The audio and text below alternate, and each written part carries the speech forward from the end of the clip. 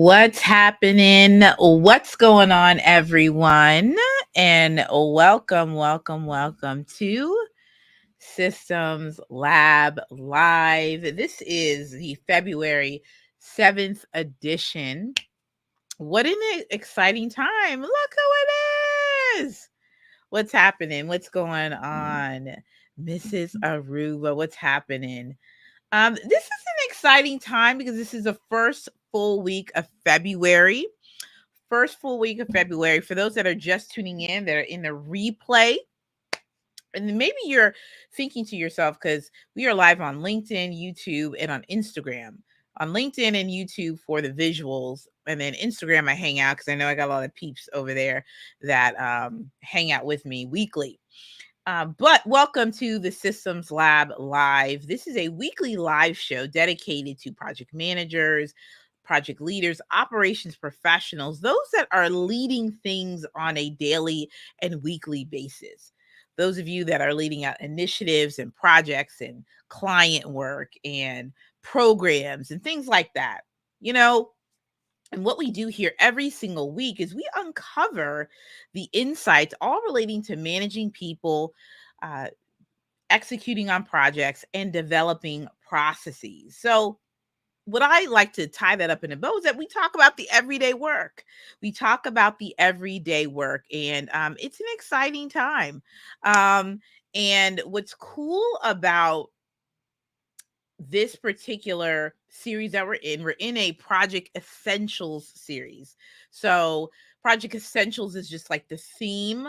So we're doing like quarterly themes, and so this quarter we're focusing on project essentials, which is what are the aspects within the projects that we are working on that are of high importance. I'm picking out topics and things that will really help you to activate your project, which is what we worked on in month one, which is in January. And then month two, we're focusing on costs and budgeting and all the things in between. And I think this is a perfect time to actually talk about the subject, because I know I would talk about like costs, but like I would just skip over it in my content. If you've been following me for a minute, a part of the community that is in terms of what I'm doing, um, I would talk about it a little bit, but then I was like, you know what?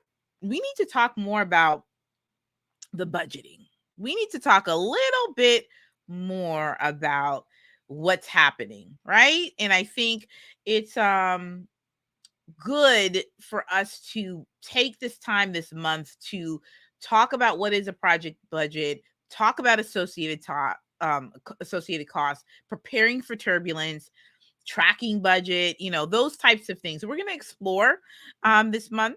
It's going to be quite exciting. I'm going to keep talking for a little bit because I always have notes.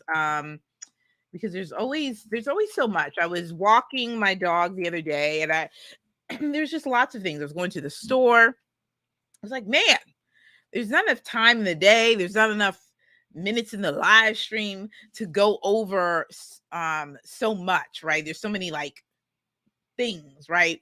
So that I always want to comment on. So I'm going to do my best for the beginning segment of show and tell with Ask Ash to really bring forth the stories, the concepts, and the things that really are relevant to the everyday work, but also I'm going to have a bit of a sneak peek into like what I'm thinking about and like what I mastermind by myself, what I sometimes talk about like with others, and I want to bring some perspectives to you all for you to consider and to share.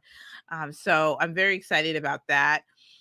A couple things too. Okay, I see I'm on my I have a content messaging template that I fill out every week. And speaking of content, this month we have a case study. We have a new case study. So every month, and I decided this last month, I was like, why don't we do a case study of the month? Last month, we focused on team communication, and that was really fun. So during the show and tell portion, we will slide into a case study piece of it. So it'll be like a little bit more extended. I know I'm on a little bit late tonight. I'm on the late bandwagon. I'm going to try to really be on time. Sometimes I'm just like back to back. I got to work on that. But what we're going to be doing really during the case study time is really break down some of these key concepts within the creator's economy. So we're doing content creation workflows this month. And we're going to talk all about the organization of content and how do you create workflows. Tonight, we're going to talk about what is a workflow. What else are we going to be doing later on in the month? We're going to talk about knowledge management. We're just going to be exploring all of the ways in which you can manage your content work, which I think is going to be very exciting. So we have the theme, project budgeting.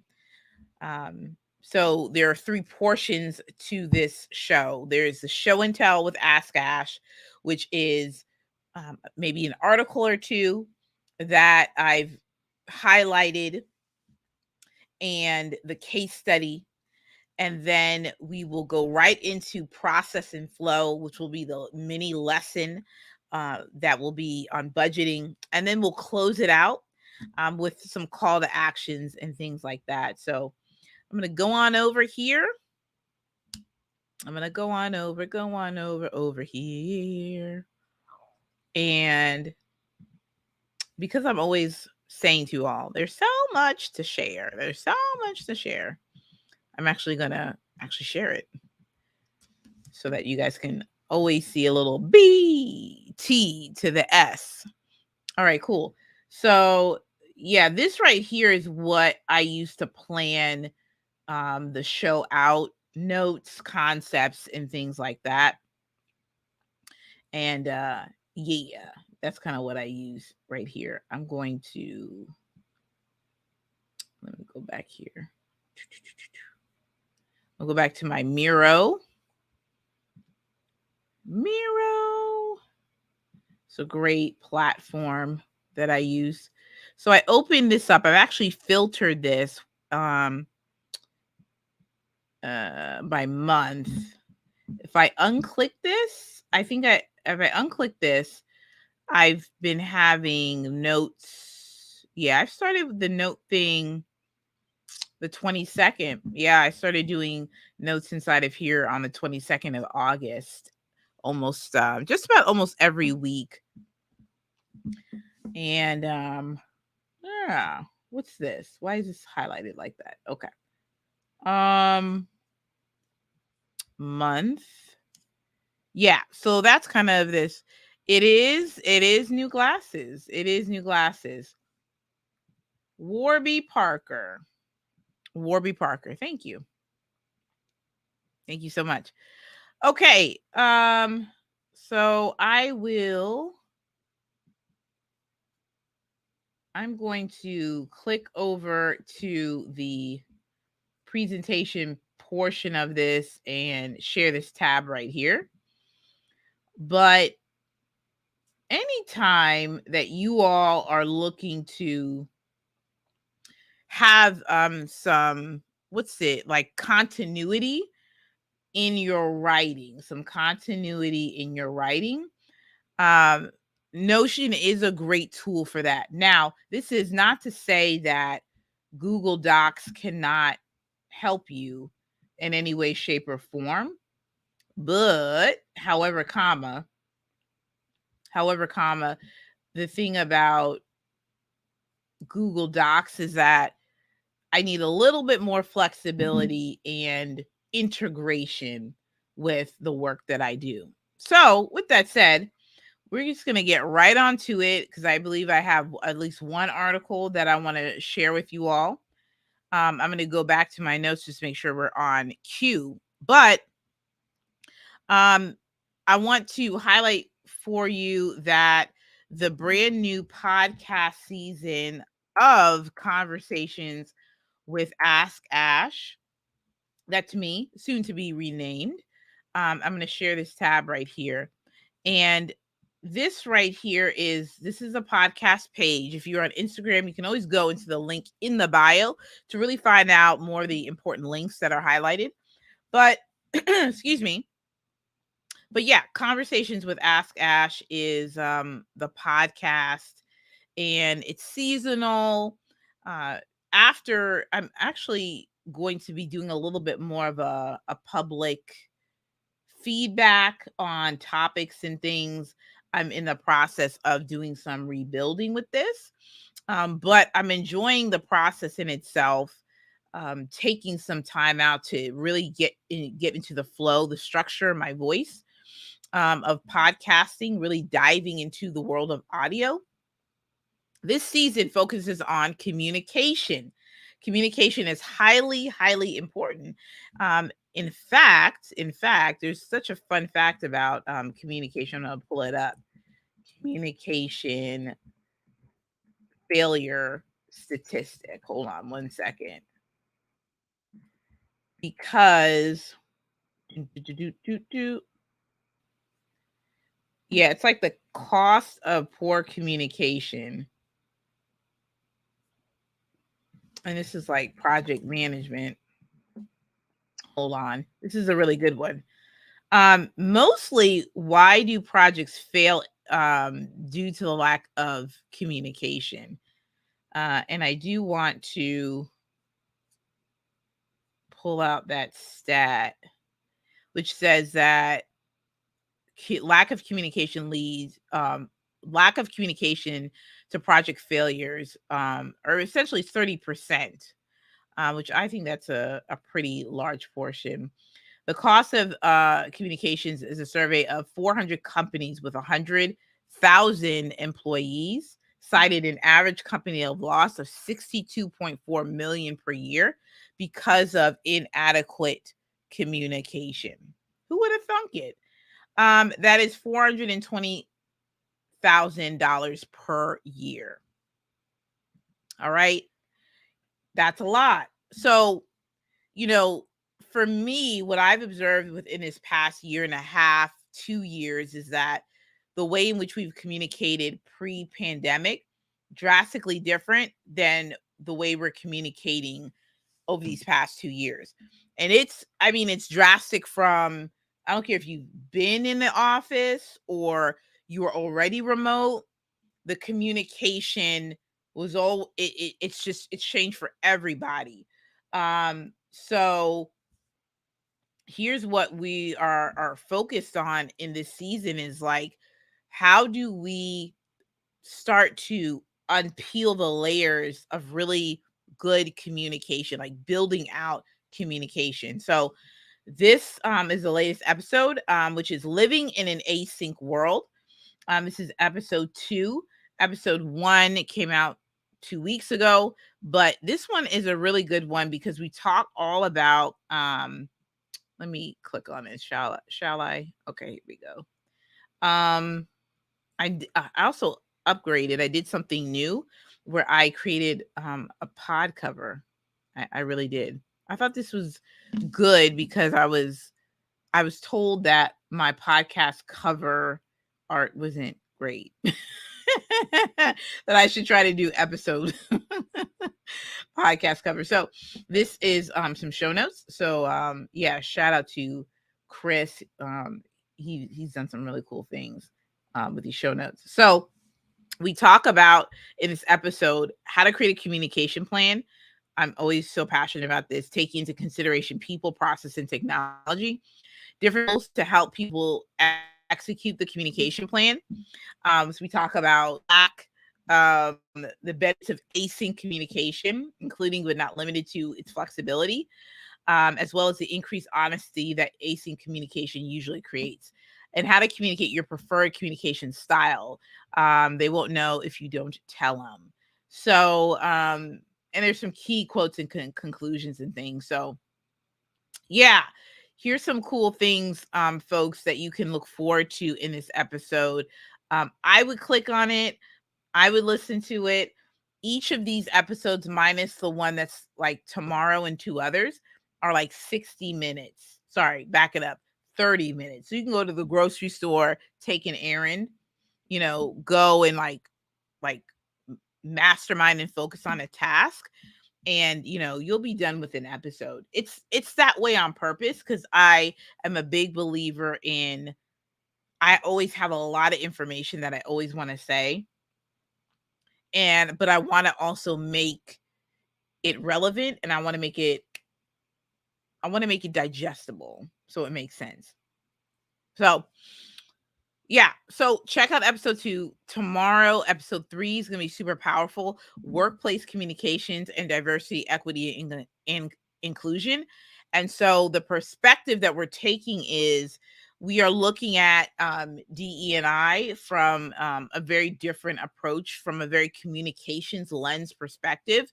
The diversity when it comes to our team members, into our the way that we approach the way in which we work, our personalities, things like that. So we're taking a little bit of a different twist, not necessarily there's so many different layers into the DE&I space that I wanted to start to build my understanding of that space through the lens of communication. So that's where we're starting there. And we have a special guest on, Mr. Jesse Ross, and he's fantastic. And we've been in many different online community circles, supported one another, and he's just very brilliant in a lot of things that he does. And so I'm excited to talk about his story. How should we be thinking about DE&I when it comes to our companies, our teams? What aren't we seeing? Yeah. So it's going to be great. It's going to be really, really good. Big shout out to the Thursday Network. It is Join Week. And so if you all are not familiar with the National Urban League Social Action Civic Engagement Organization, definitely go to nul.org or nulyp.org, and definitely go and check that organization out. But I belong to the Thursday Network, the Greater Washington Urban League Thursday Network chapter. We had our kickoff event, an open house, and we had many people there. And I talked a lot, and I met a lot of cool people. And I talked about membership because that's in my wheelhouse. And it was a really, really cool time. Met a lot of great people. Oh, and I met somebody who's like into product. And so that was fun. And yeah, we were talking all things product for a little bit. John Houston is in the building, treasurer, and so of Thursday Network for the past couple of years. And so he does a great job in that role. So, again, just wanting to, I just offer some sneak peeks, right? It just in terms of, sort of what I do and how I kind of roll. All right, so we talked about podcasting. I think what we'll do next Monday, well, maybe we'll have a little bit of time at the end, but I did want to share a stat from, I think this was the stat I was going to show. I think I showed it early. Communication statistics. Oh yeah. The communication statistics. So we went through that. The theme, we talked about project budgeting. So y'all know like what we're doing with that. We're talking about project budgeting and costs and things like that. We are diving in deep so we understand what it means to budget for projects that you're working on. So whether it is that you are working on a virtual event, an in-person event, releasing a book, an e-commerce line, what else is out there? An NFT, a course, a product, a service. I think it's really important for us to know, A, the cost, B, what's the best way to sort of research that, B, how do you plan for it, C, what happens if you go over budget? So we're going to talk about many different scenarios. So I think it'll be like a really, really exciting time. I'm going to take this one little browser out because I got to email something from someone. Okay, we've talked about that. What else have we talked about? I think we've gone through those pieces. We're going to go into, as I share my screen back, I'm going to go back to share the screen. We're going to go back into sharing the screen as well. Okay, so we're back here. Do I have okay, we're back here. We got the agenda. Yeah, podcast update. We went through this one. Okay, so case study. We're in the creators economy, all things creating, as you know.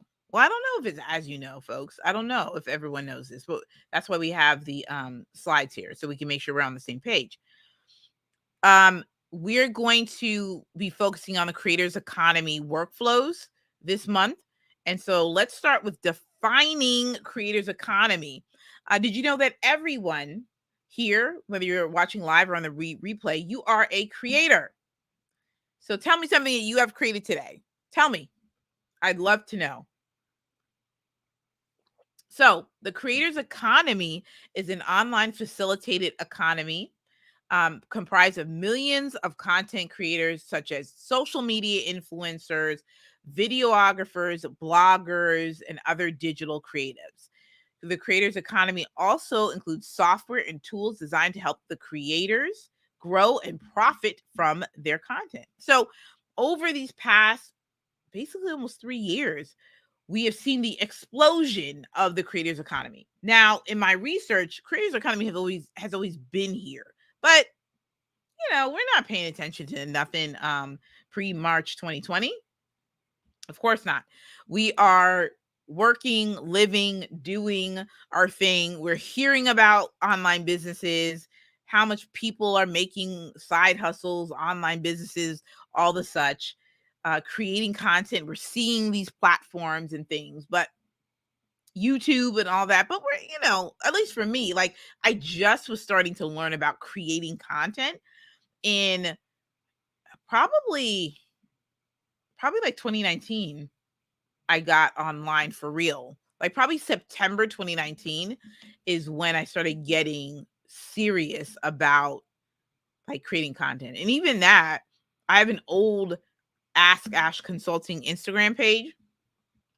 I wonder if I should take it down, or I keep it up for memories, to be quite honest. That's one of the reasons why I've not shut it down. But it's like Ask Ash Consulting, and then I had a personal IG, but that didn't necessarily work out because I felt I was juggling too much. But all I knew really about content was you needed to create it to like market your business. I remember it would take me like 20 hours literally. I would be in Adobe Photoshop when I had no business being in Photoshop, just because I would think I would need it just to create content. Then I was in Canva. I was creating all sorts of things that were not very pretty. Like I said, I can go all the way back to my old Canva days. Them jokers were not it was not pretty. But it's okay because it really just reminds me, to be honest, of the importance of starting, right? Like the importance of just starting.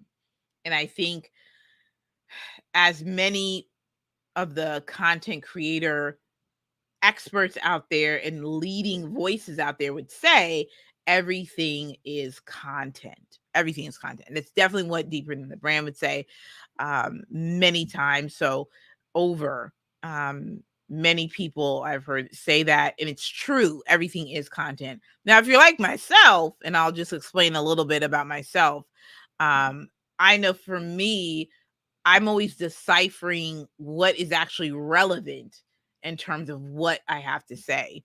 So, yeah. And we're going to get into what my workflow looks like. Yeah. Content creation is a long process and a learning curve is steep, but it gets better and faster once you get the reps in. And I think that's right. And I would say like John is really right about that, because even looking at his page, he takes a lot of really great photos and videos of his adventures and the things that he works on. And so yeah, like there's a lot that he's really good at, because again, you gotta get your reps in for that. So that's the first piece. You are a creator, and literally anything can be content. Anything can be content. All right, what's the next thing that I wanted to talk through? Speaking of what you can create, apps, podcasts, newsletters, infographics, ebooks, games. These are all not an exhaustive list, but it's a pretty close list of almost everything that you can create. I think templates is not on here. We just had, what's his the gentleman's name, Thomas Frank. He is one of the top experts and thought leaders out there, and so I think he just cleared $1 million in revenue with Notion templates and creating a really great product. And so one of the things that I think for me, especially coming from a background of PM, operations, strategic planning, organizing, I know for myself, I struggled with, and I think I just hopped over the literally like a little bunny hop.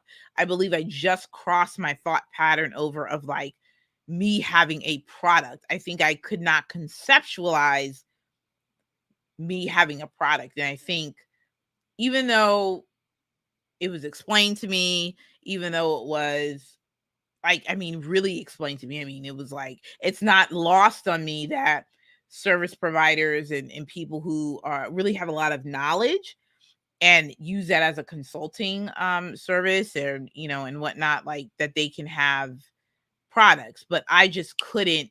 I think for me, I couldn't click on what I could create. So there's some ideas, there's some retooling and things like that that I'm now working on, and I'm figuring out.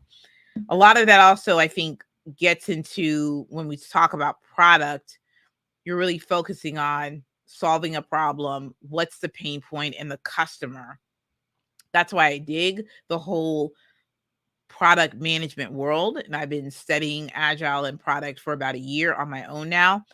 I've been meeting some really cool people too, reading some great books, articles. Shout out to the command browser. We're going to take a quick pivot, by the way. Everyone needs to download the command browser. This is it, folks. Let's get it. Let's get into this, shall we? I'm going to share this tab very quickly. The command browser is necessary for me. Oh, what happened? Oh, I don't know what happened, but you all should have the command browser, because you can literally, what it does is you have two browsers. Like I have Google Chrome, and if there's an article that I want to highlight, I put it in the command browser, and then I go and highlight, and then it syncs into my Notion right here. Right here. It syncs right into the Notion. And I don't think you can, I don't think you can command it up on here. I don't think you can. I think that's it. I don't think command is on web. Yeah, it's great. If you, let me see something.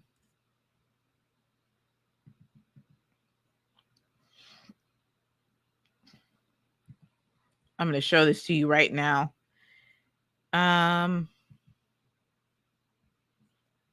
So this is exactly what the command browser does.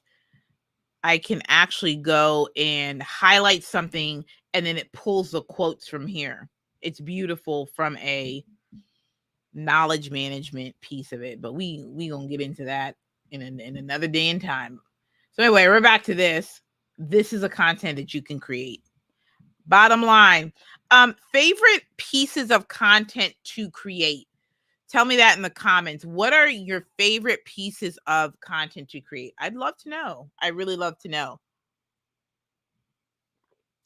So what we're specifically focusing on this month is really the organizational pieces and components to work to the creator's economy. Let me say that again. What we're focused on this month for the case study is the creator's economy from a workflow perspective. Okay, we're really focusing on the organization, the process, how do you exactly create your YouTube, your social media, your email, what else is out there? So I said social media, webinar, whatever it is that you are creating content wise, podcasting, what is that workflow? So I wanted to break this piece down. A workflow is a series of steps that is needed to be taken to complete tasks and how you move between them. So I think what's really important to note here is that, workflows are all about what are the step-by-step processes? Like, what's the step-by-step? What's the step-by-step? I was trying to come in a little bit more just in case you guys couldn't see. But this is it, a step-by-step process that needs to be taken to complete tasks and how you move in between them. So that's the workflow. That's the workflow. So you may have a more of a phased approach for like your YouTube channel, like when people would say, "Oh, what's your workflow for that?" So, what are you doing beginning, middle, and end? What does that look like? Okay, what does that look like? And I'm going to go right here to what is it? Whimsical.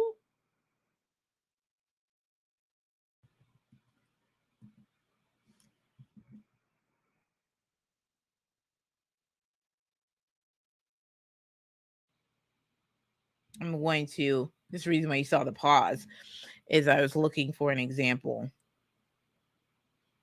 Okay. I think this is,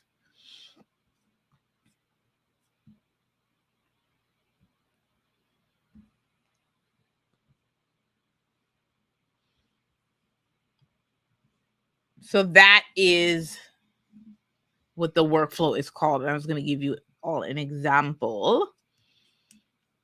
Share this tab. Now, FYI, I am using Whimsical.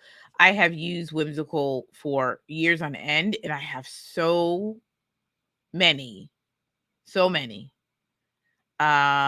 different types of workflows that I do have Miro and Whimsical, and I don't know exactly how I would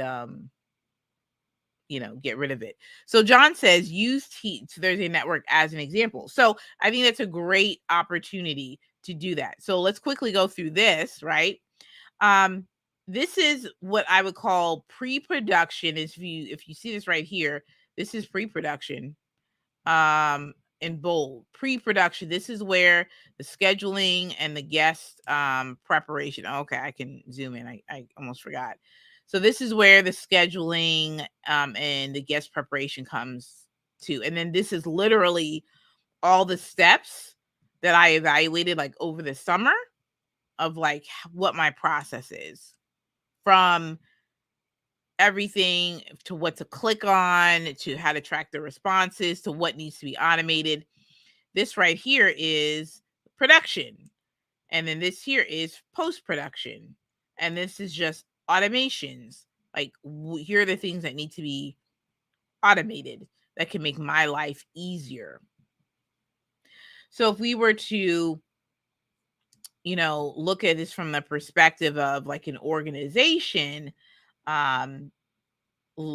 organization like Thursday Network, in terms of how they would create a workflow, it would be something like, oh yeah, if you were handing in an event planning guide. So, and that's probably very similar to like other organizations that are event driven, that are service driven, is that you have proposals.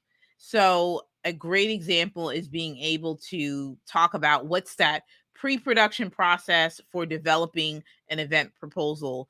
What does the submission process look like? What does the approval process look like? What does the planning process look like? So and that's per phase, right? Pre-planning phase, submission, planning, post submission, and then like takeoff for planning to actually execute on the event. So those would be the individual steps people would take within those phases.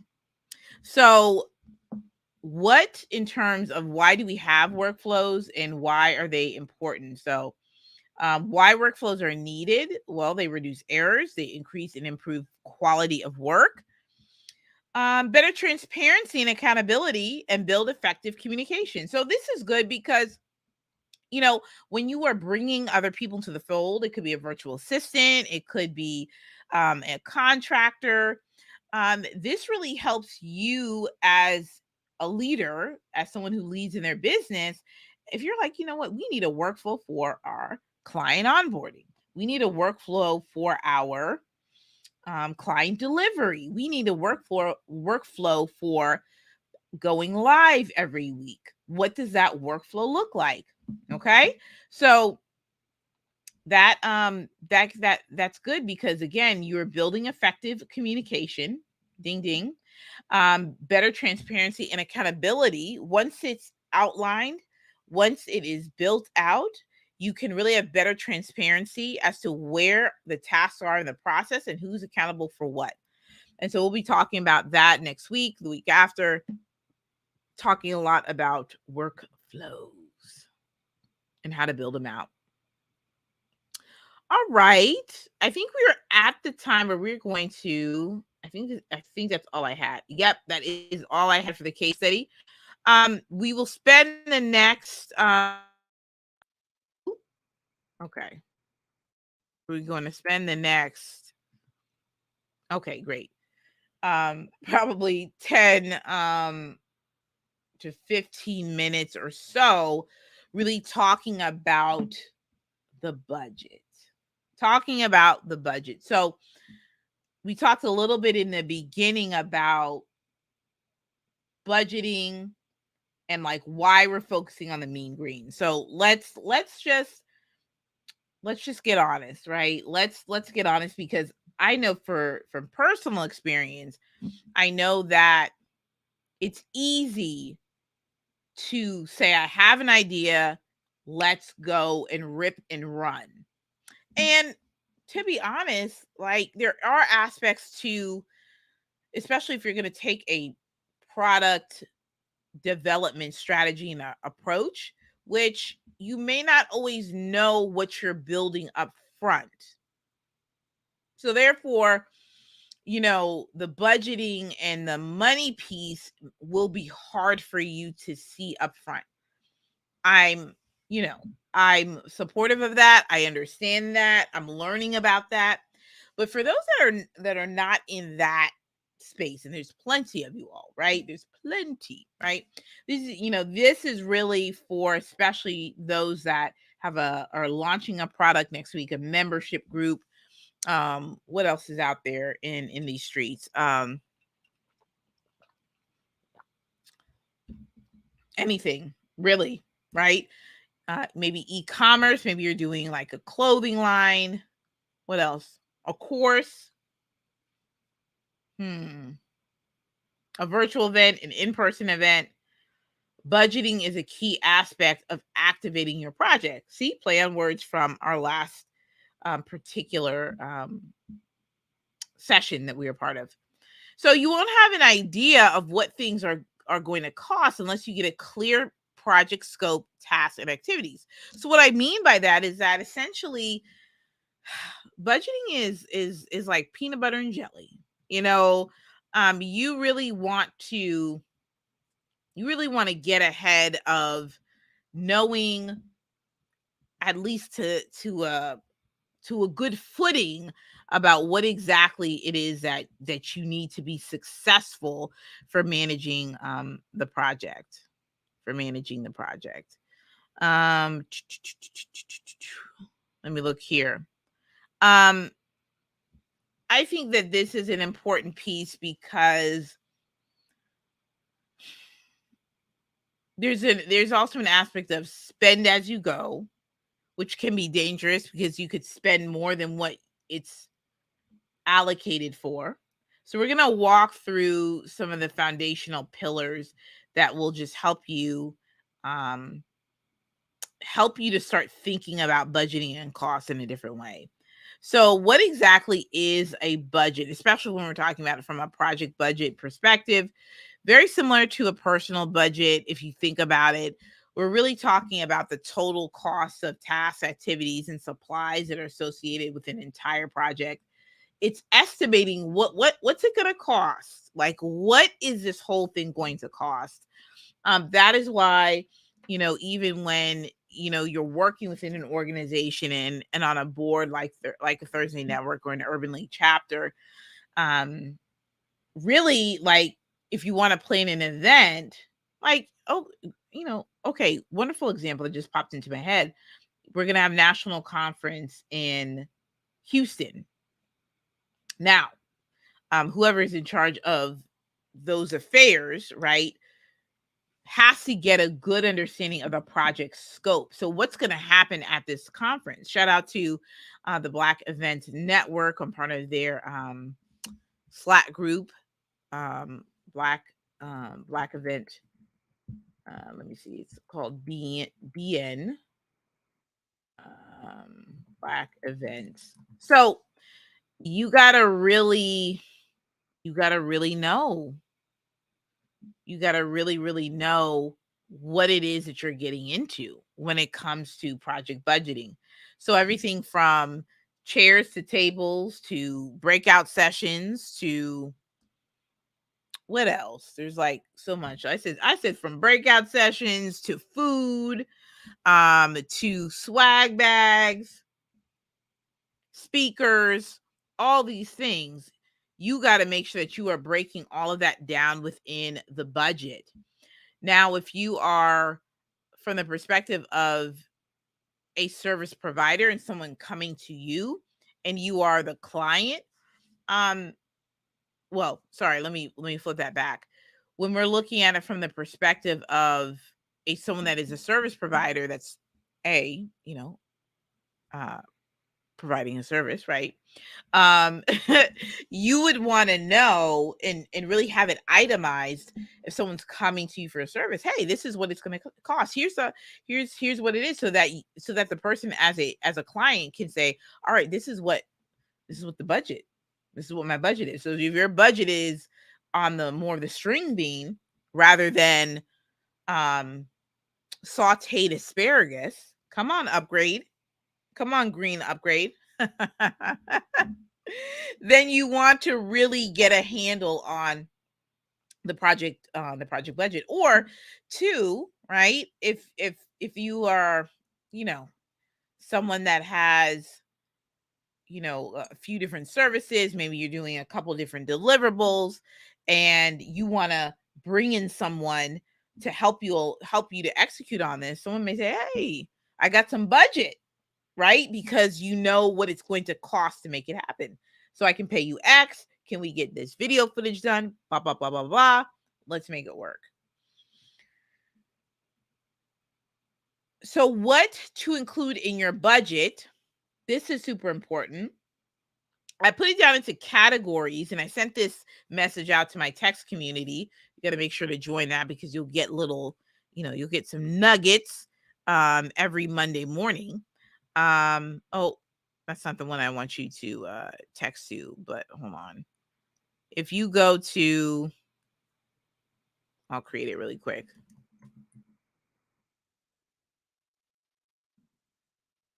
But if you go to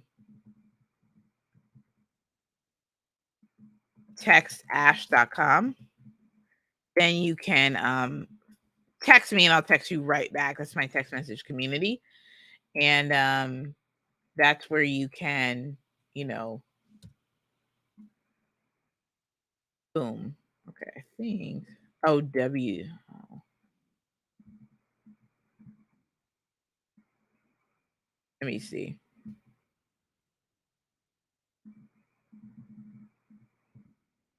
Okay. It's like right here.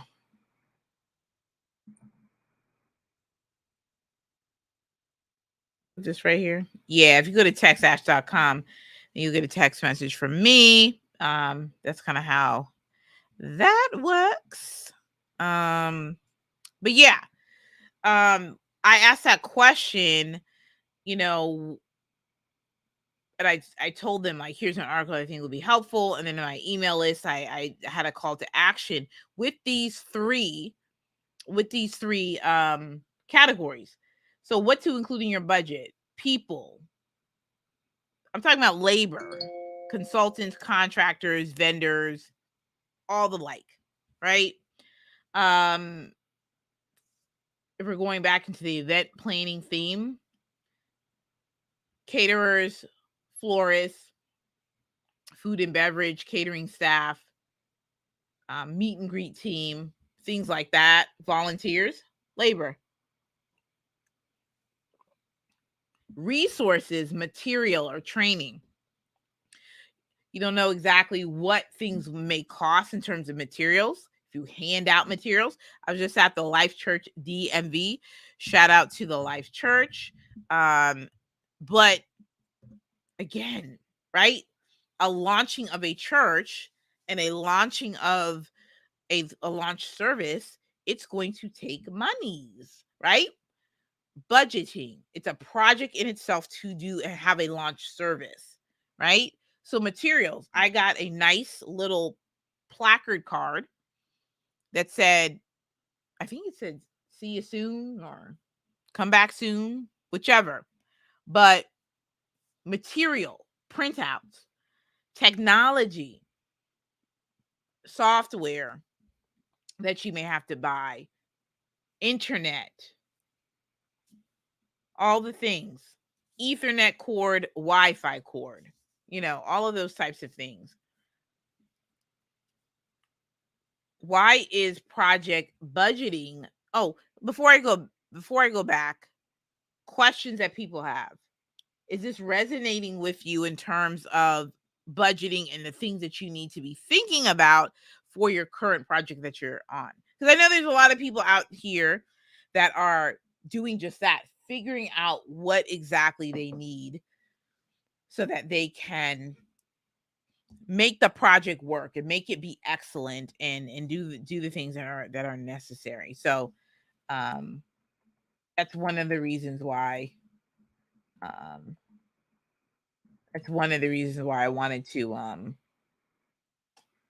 ensure that we went over that piece.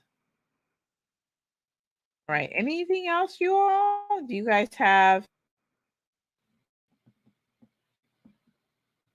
do you have anything else? Anything else? No? Okay, cool. Okay.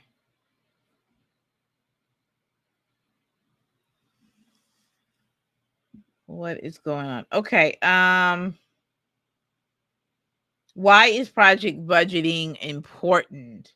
Why is project budgeting important? Okay. Project budget gives insight into the future, into future project costs by providing a historical record for the actual cost of the project. Yes.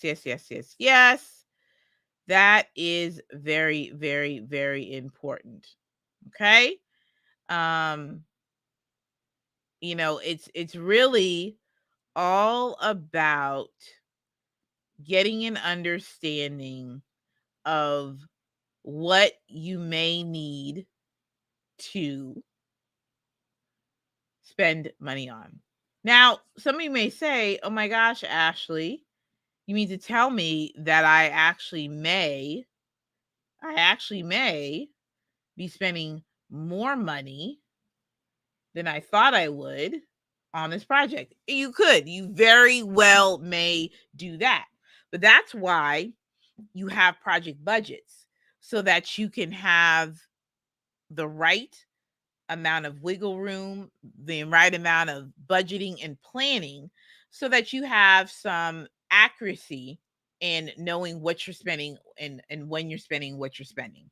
But I love it because it when we get into to knowledge management and repositories and all of that good stuff, we are going to be talking about we're going to talk about documentation and why that's going to be crucial in terms of knowledge management.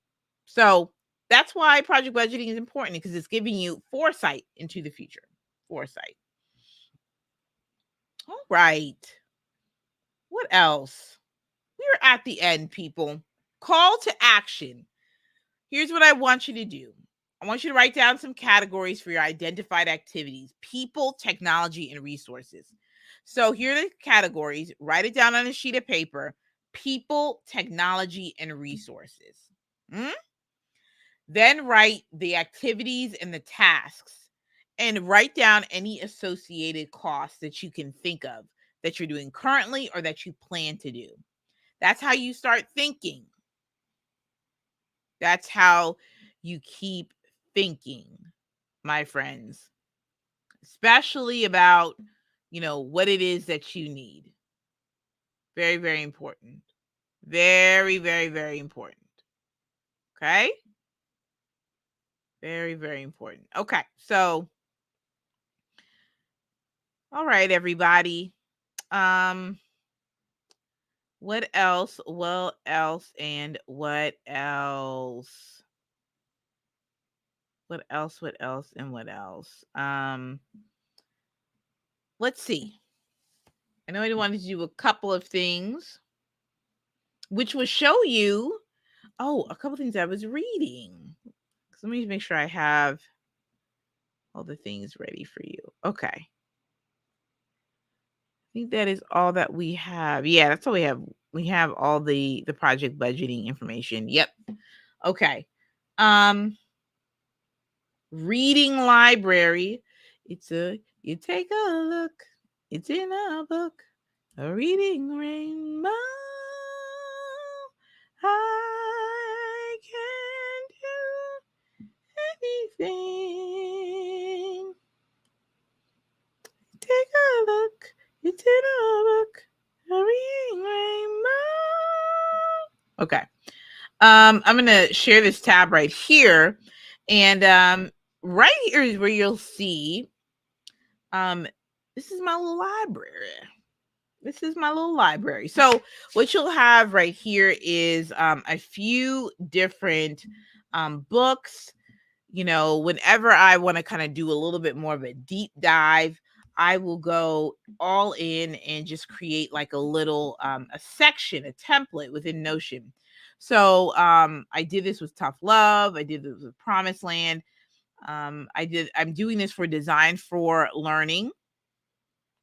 And so inside here, I took notes on the book, and it was great because anytime that I kind of want to go in and I want to learn a little bit more, and I actually think I need to finish Promised Land. That's okay.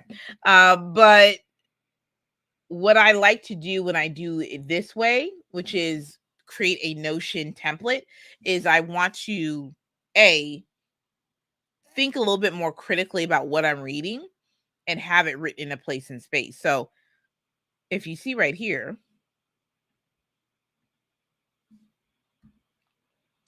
we have Bet on Black, The Good News About Being Black in America by Ebony K. Williams, legal commentator, media personality. So she just came on to this book. She just released this book January 31st. So Bet on Black, The Good News About Being Black in America Today. So what I did is I set this up where I have her bio right here, and this is all of the things. These are all of kind of like the themes that she has. And then what I did here is I have a section that's on chapter 1, summary points, key application, and Ashley's actually reflections and thoughts. One thing that I'm going to bring in here is actually from my Kindle, which is connected to my Readwise. So a couple things that I'm doing right now is like, I'm really big on what information am I taking in, and then also how is it being organized. And this is about to be a process in itself, as I am sort of tackling a couple different subjects at one time. But I decided to add this section of Ashley's thoughts and reflections. I'm actually going to make this into a color. Oh no, I didn't mean to do that. I mean to do this. Ashley's thoughts and reflections. I'm going to do that for key applications. I'm going to do that for the summary points as well. I'm actually going to do this for this one as well. So, and I am, let me go back to Readwise really quickly. All right, cool. So Readwise, so if I read this in Kindle, I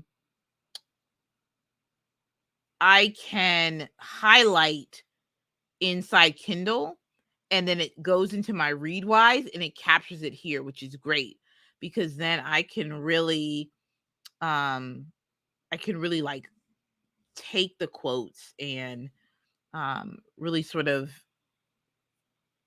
you know what I mean, like I can look at what I can look back at what's been highlighted. This is a really good quote that she had too, with the first chapter, and I'm not even finished with the first chapter, but it really was, that's why you saw those reflection points in there. What I really liked about how she's setting this book up is really talking about it through the lens and the perspective of her own, right? Which is talking about Blackness, what it means to be a Black woman as a people, what we've gone through, what we shouldn't be taking, right? In terms of with society and what we've been talked about, what, you know what I'm saying.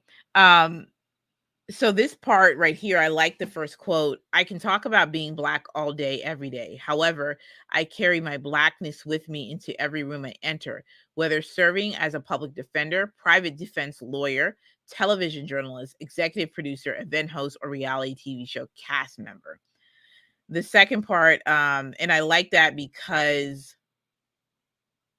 she's really saying, I can talk about being Black, but I embody it in everywhere that she goes, not compromising. We've long been aware that Blackness has been perceived by some as a threat, as an unacceptable breach of an American social contract that for centuries has proclaimed brown skin to be inferior, to be an inferior marker of identity. So she really breaks this down in the book, talking about the story about her mom and how and where she grew up in Charlotte, North Carolina, how she was talking about the Ponderosa, which was funny, talking about being in government housing and going to and being bused into a more wealthier, whiter neighborhood, in, you know, and so that she can have the opportunity to advocate for her own child's, which is Ebony, advocate for her own child's well-being, and in terms of education and having an opportunity. So you guys got to pick it up because for me, there were some triggering moments in there of being the only Black when you're in elementary school, when you're in a Catholic school, right? And the sacrifices my mother, my grandmother had to make, you know, just with providing education. So I identified totally with that, right? Like this was really about it being in a uniform and like and all of that. So I had some reflection points in there. And so a lot of that really just, yeah, it really did, it triggered, you know, and I could relate to what she was saying. And so yeah, I think this question I had right here, have I ever felt, you know, complete and whole in my Blackness? Yeah. There's just a lot of really, there's some really deep stuff that she has there. So yeah, taking some notes. And this is like a great way for you to take in not only like what people are saying, but also write your own notes and like get inquisitive, right? So I'll be periodically just sort of showing you all what I'm reading, what I'm learning. Scary Smart, we'll be diving into that as well. Talking through AI, artificial intelligence, what I'm learning there, why I feel like that's important to the world and the landscape, especially when you're creating an ecosystem for producing out your work, whether it is, regardless if this is like, not just content creation, but just anything, right? Um, Artificial intelligence, all of these technologies, trying to really put it all together. Why is it relevant for me? Should I be adopting it now?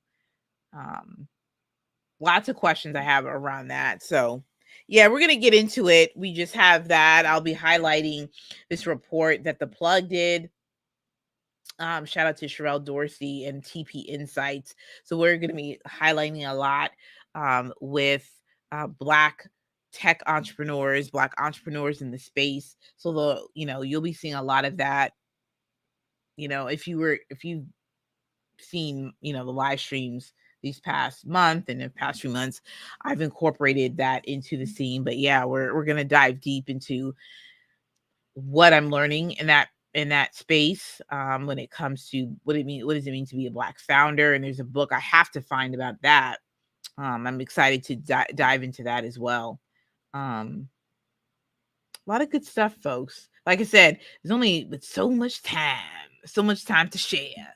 But yeah, that's really it.